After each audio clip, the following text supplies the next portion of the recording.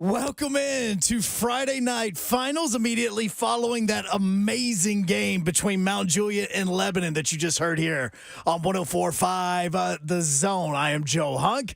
You can obviously watch us on Zone TV just by turning on your YouTube, your Facebook, your Twitter /X, and Twitch. You can watch us anywhere you are to talk about any of the games that have wrapped up, which is every single one of them, because Mount Juliet and Lebanon was the last game of the evening as we went along. Even the MyTV 30 game has been over for a while. In fact, Sammy Kincaid is going to be joining us here in just a few seconds. And not only is the MyTV 30 game over with and Sammy's about to be joining us, she's already left the stadium and she is at her house.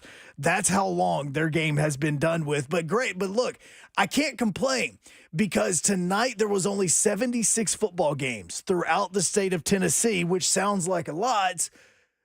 But if you go back to week 6, there was 174 games that took place on that Friday night. So a lot of teams are on byes, a lot of teams on fall break. And so we're going to be getting to the games that we have. Now, before we get to the highlights of this ball game that just wrapped up, just know Mount Juliet remains undefeated after coming back from being down 21 points at the half to take it into double overtime and win that one. Our man Reed is behind the glass.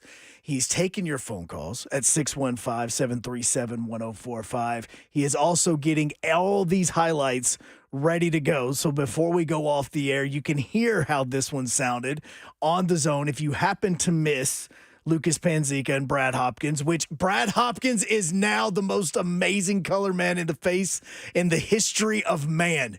That's the real title that I just gave him, because if you missed anything he did tonight, it was absolutely tremendous. So Sammy is sitting on hold. We've got CJ that's on hold as well. Before we get to them, let's get you a few scores from some of the games that have already, and which is all of them, all the games that have wrapped up.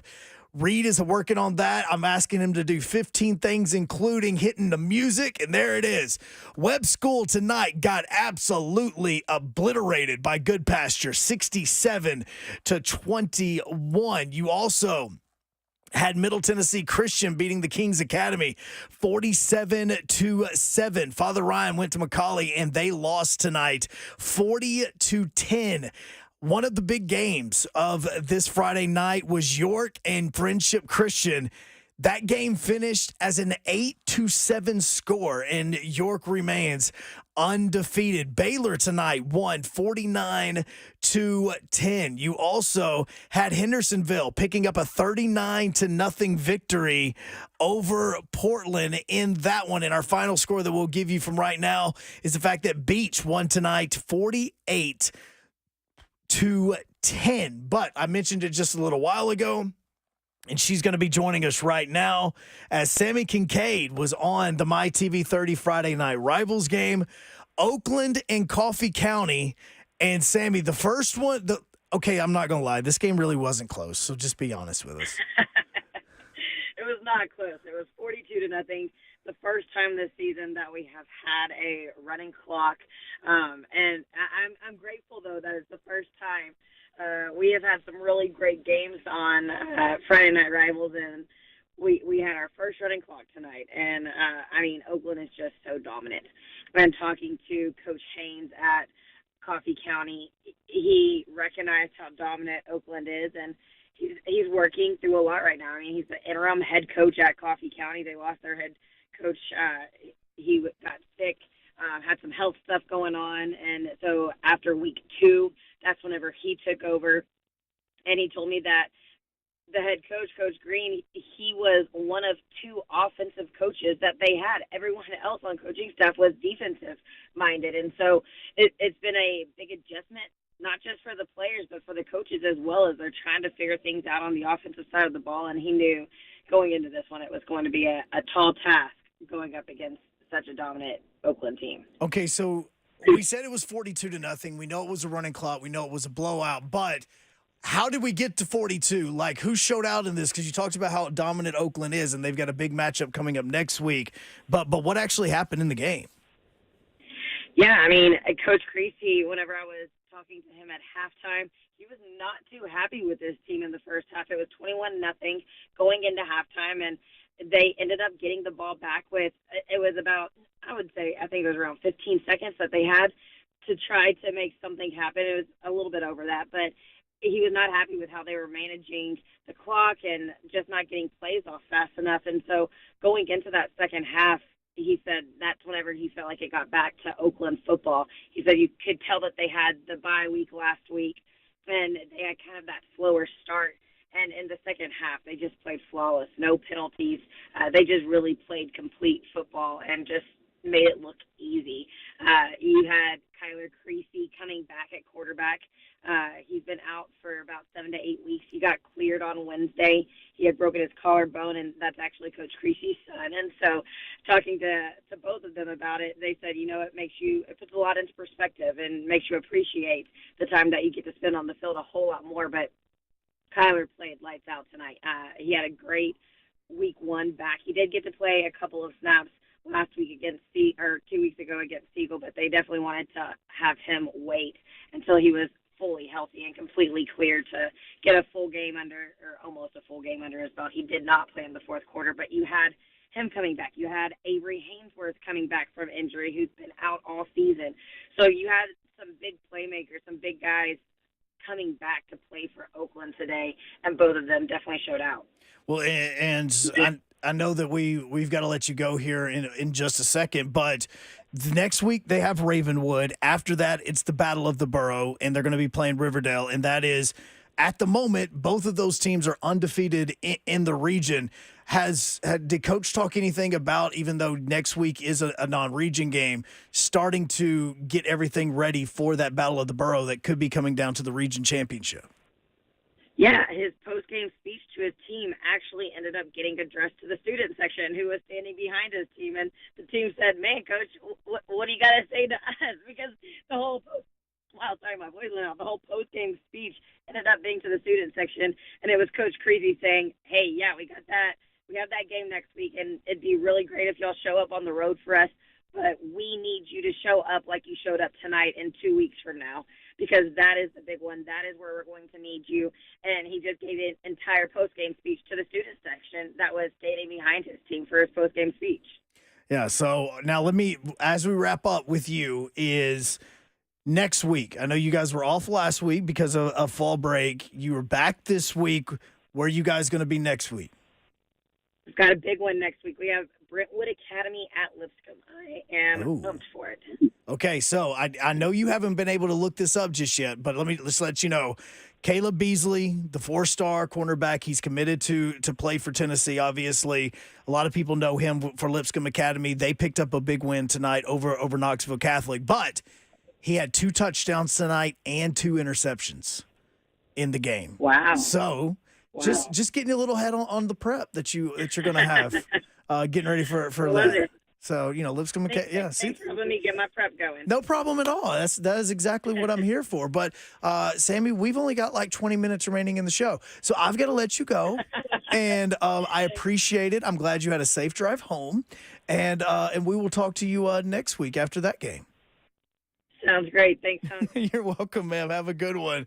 Sammy Kincaid on the MyTV 30 game wrapped up with that big Oakland win over Coffee County as they get ready to take on Ravenwood next week. When we come back, CJ Ecke, he was on the call tonight for JP2 and Rockville. He'll talk to us about that one as well. We'll have some more scores for you. As again, I wasn't joking. We've only got about 25, maybe 30 minutes remaining in the show. We continue Friday night finals here on 104.5 The Zone.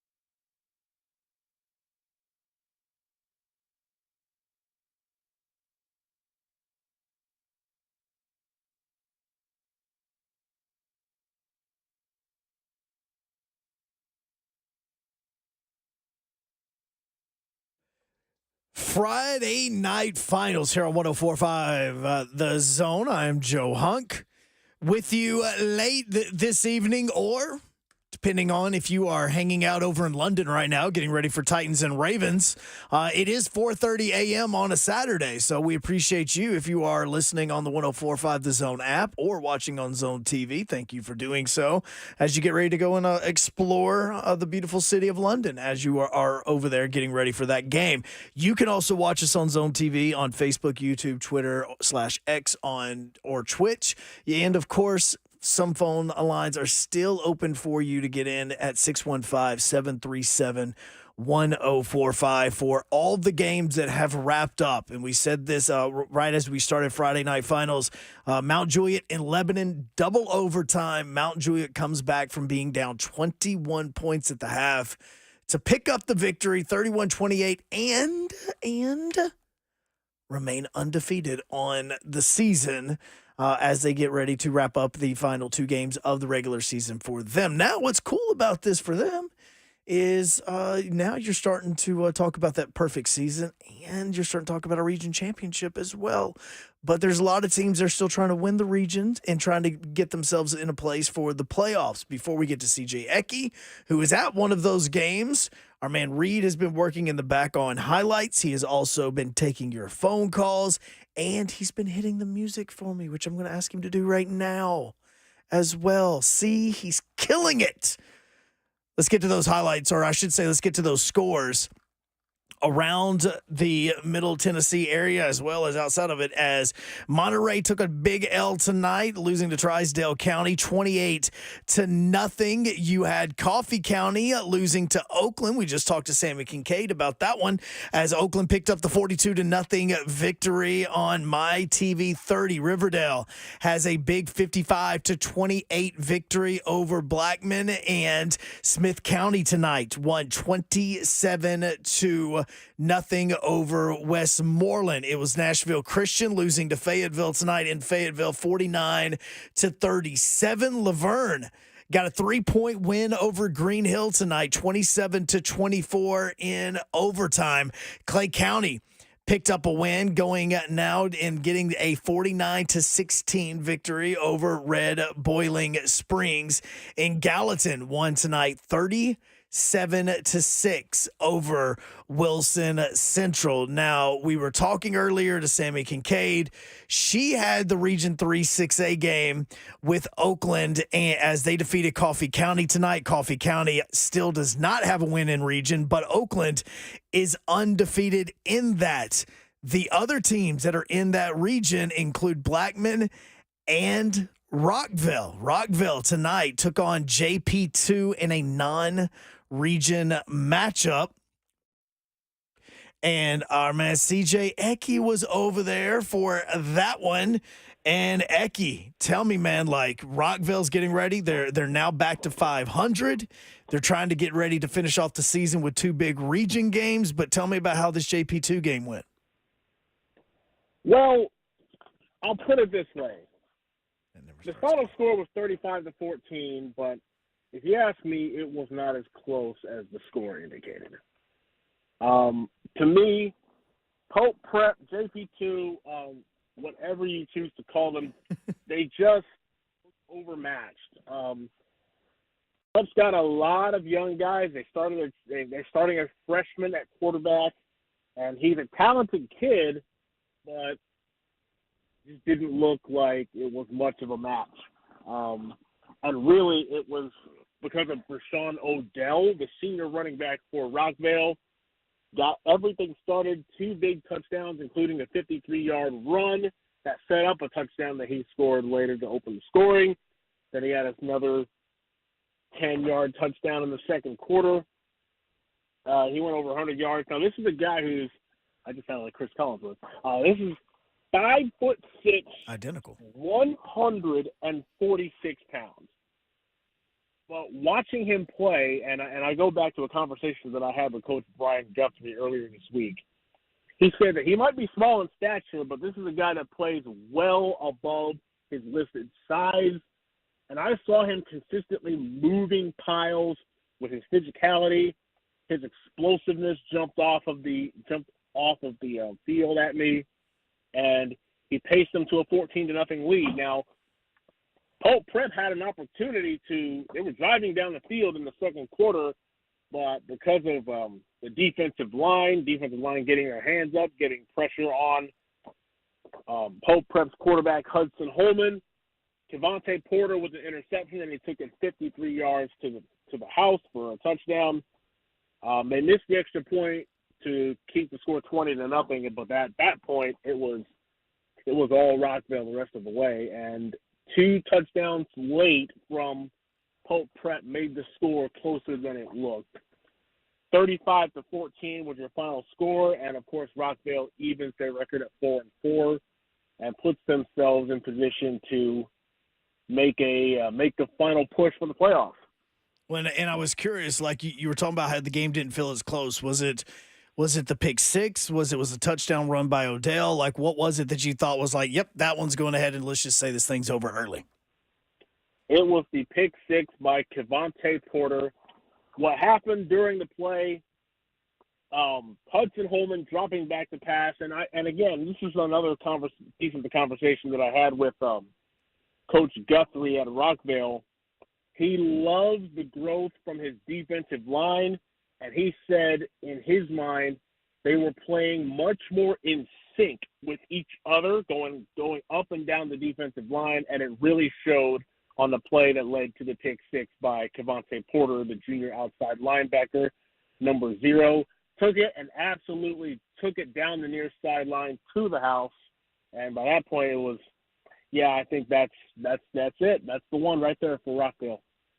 All right, man. Well, look, I appreciate it, bro. Thank you for that, and for updating us with this. Now, look, Rockville has 2 big region games remaining in this. Like, they still have to play Blackman. They have Siegel to finish the season off. They are tied with both of those schools at 1 and 2 right now in this region. So, did Rockville say anything about the fact that their next 2 games are obviously extremely huge, not just for playoff seeding, but to make the playoffs altogether?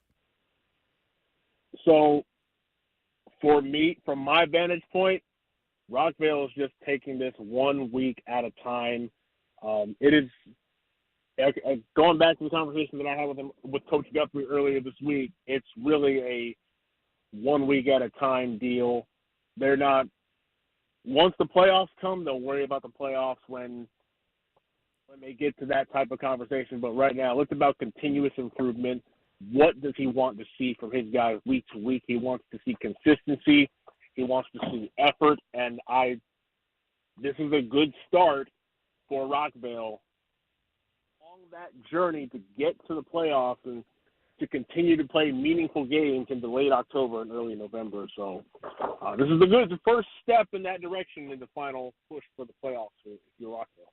All right, man. Well, look, I appreciate it, bro. Thanks for hopping on so late tonight. I know your game ended a while ago, so thank you for that, bro. And I will see you next week, man. Next week sounds good to me, Hunk. I'll try and get those highlights to you a little bit later. All right, man. Have a good one, sir. That is CJ Ecke. He was on the call for that Rockville game, and when we come back, not only are we going to have some more scores for you from around Middle Tennessee, we are going to let you hear how this amazing comeback happened from Mount Juliet as they came back from being down 21 points to come back and beat Lebanon in overtime. But we joked about it with Tate Matthews last week. We've talked about it for the last couple of weeks. The games that we have next week, there are 5 to 6, possibly even more games that involve the number 1 team in a region playing the number 2 team in a region, an undefeated team going up against an undefeated team or a 1-loss team. The slate of football games next Friday is absolutely amazing. We'll have that for you and more. We continue. Friday Night Finals here on 104.5 The Zone.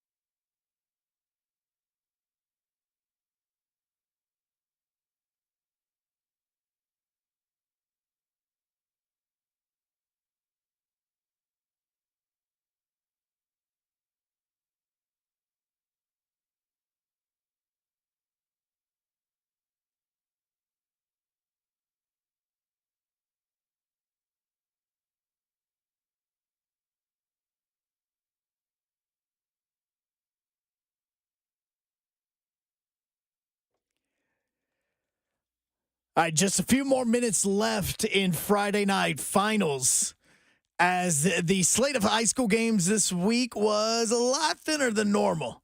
Had 76 games across the entire state of Tennessee. That's about a third of what we normally have on a Friday night, as I should say. But our game tonight here, Lucas Panzica, Brad Hopkins, an amazing play call and a amazing game by those guys. At the half, Mount Juliet was down 28-7 to Lebanon. Mount Juliet's undefeated season looked to be over with. They fought back, and they continued to fight, and they somehow got the football back. With about 2 minutes to go, they were down 28-20, and somehow, some way, this play happened. Field, he'll beckon Edwards to come in motion, left to right. Oh, he's by himself. Oh, my gosh. Wide open, left side of the end zone. Touchdown, Mount Juliet. Touchdown, Carson Slocum. I love Brad Hopkins. So now they're down 28-26. It's great they scored the touchdown, but they needed the 2-point conversion. Mount Juliet lines up on the line of scrimmage, snaps the football, and this happens. Tyler Travers takes the snap. Oh, double pass. Out, left side, double pass. Wide open. And it's good. Caught in the back of the end zone. We're tied up at 28. Did I mention I love Brad Hopkins? I mentioned that. So let's go ahead. Let's forget the first overtime, because first overtime, they swapped field goals. Now we are in the second overtime. Second overtime, this point, Mount Juliet starts off the beginning of the OT.